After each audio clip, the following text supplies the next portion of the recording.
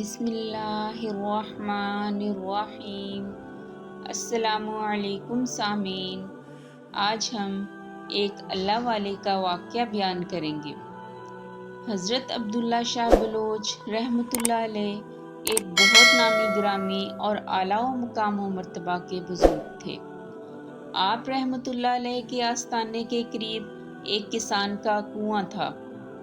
ایک دن وہ کسان حضرت عبداللہ شاہ بلوچ رحمۃ اللہ علیہ کے آستانے پہ آیا اور کہنے لگا، حضرت، میں آپ کے پاس ایک فریاد لے کے آیا ہوں۔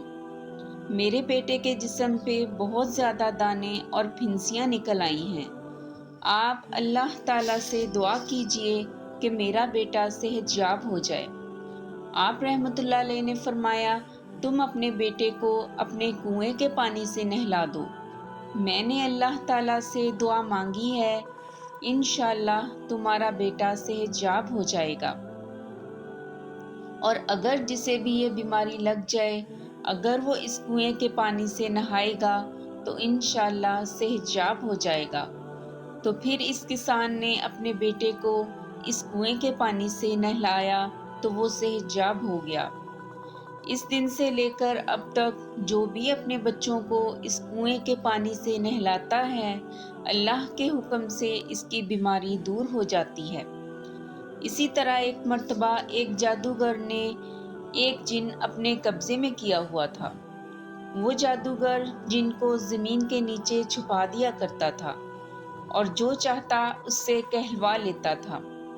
اس زمانے میں حضرت عبداللہ شاہ بلوچ کی بہت شہرت تھی۔ آپ رحمۃ اللہ علیہ اللہ تعالیٰ کے برگزیدہ بندے اور بہت اعلیٰ شخصیت کے مالک تھے۔ اس دور میں اس جادوگر کی شہرت بھی بہت زیادہ ہو گئی تھی۔ اس کے بارے میں یہ مشہور تھا کہ یہ شخص بہت اعلیٰ مرتبے پہ فائز ہے۔ یہ قبر کے مردوں کو زندہ کر کے ان سے باتیں کر سکتا ہے۔ جو کوئی یہ چاہتا کہ اپنے مردوں سے بات کرے تو وہ اس جادوگر کے پاس چلا جاتا اور اسے اپنی حاجت بیان کرتا، تو وہ جادوگر انہیں قبر پر لے جاتا اور جن کے ذریعے مردوں سے ان کی بات کروا دیتا۔ ایک دن وہ جادوگر حضرت عبداللہ شاہ کے پاس گیا اور اسے کہنے لگا کہ اگر تم مجھے بہت زیادہ مال دو گے تو میں خاموش رہوں گا، ورنہ میں لوگوں میں یہ مشہور کر دوں گا کہ یہ شخص جھوٹا ہے، پھر کوئی بھی تمہارے آستانے پر نہیں آئے گا۔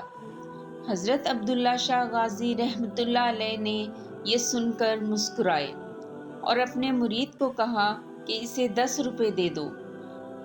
آپ کے مرید نے جب اسے 10 روپے دینا چاہے تو اس نے لینے سے انکار کر دیا، کیونکہ وہ زیادہ مال لینا چاہتا تھا، حالانکہ اس دور کے 10 روپے بھی بہت زیادہ تھے۔ پھر وہ اتراتے ہوئے کہنے لگا، اگر تم میں فقیری کا دم ہے تو مجھے کوئی کرامت دکھاؤ، پھر میں تمہیں کرامت دکھاؤں گا۔ اس جادوگر نے کہا کہ اے فقیر، میں 100 سال پہلے دفن ہوئے مردے سے بھی بات کر سکتا ہوں، اور میں بہت دفعہ اپنی یہ کرامت دکھا چکا ہوں۔ حضرت عبداللہ شاہ غازی رحمۃ اللہ علیہ نے تو اس پر ترس کھا کے اسے 10 روپے دیے تھے، لیکن اب بات حد سے بڑھ گئی تھی۔ حضرت عبداللہ رحمۃ اللہ علیہ یہ بات سن کر اٹھ گئے اور جادوگر کو اپنے ساتھ قبرستان لے گئے اور ایک قبر پر نشان لگا کر کہا کہ اس قبر کے مردے سے کلام کرو۔ تو اس جادوگر نے کہا، یاسین، تو قبر سے آواز آئی، والقرآن الحکیم۔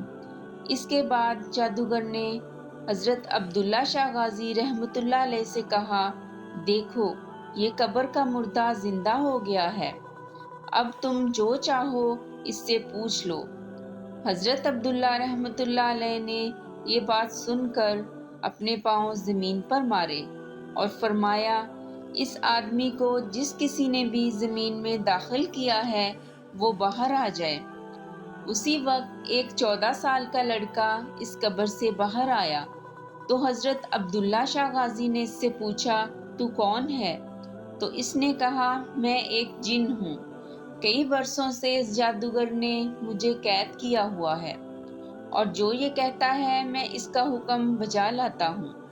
حضرت عبداللہ شاہ غازی رحمۃ اللہ علیہ نے فرمایا کہ اللہ کے حکم سے میں تمہیں آزاد کرتا ہوں۔ پھر اس جن نے حضرت عبداللہ شاہ غازی کا شکریہ ادا کیا اور وہاں سے غائب ہو گیا۔ حضرت عبداللہ شاہ غازی نے اپنی زبان مبارک سے کہا یاسین، تو اچانک پورے قبرستان سے آواز آئی والقرآن الحکیم۔ پھر حضرت عبداللہ شاہ غازی رحمۃ اللہ علیہ نے اس جادوگر سے کہا اب تم جس بھی صاحب قبر سے بات کرنا چاہتے ہو کر لو، وہ تمہیں جواب دے گا۔ جب جادوگر نے یہ بات سنی تو وہ حضرت عبداللہ شاہ غازی کے قدموں میں گر گیا اور پاس کھڑے سارے مرید نعرہ تکبیر بلند آواز میں کہنے لگے۔ پھر وہ جادوگر سچے دل سے توبہ کر لیتا ہے اور حضرت عبداللہ شاہ غازی رحمۃ اللہ علیہ سے فرماتا ہے حضور، میں سچے دل سے توبہ کرتا ہوں اور آپ کے مریدوں میں شامل ہوتا ہوں، اور کہنے لگا کہ مجھے نہیں معلوم تھا کہ اولیاء اللہ اتنی بلند شان کے مالک ہوتے ہیں۔ اللہ تعالی ہمیں شرک سے بچنے اور نیک اعمال کرنے کی توفیق عطا فرمائے۔ آمین یا رب العالمین۔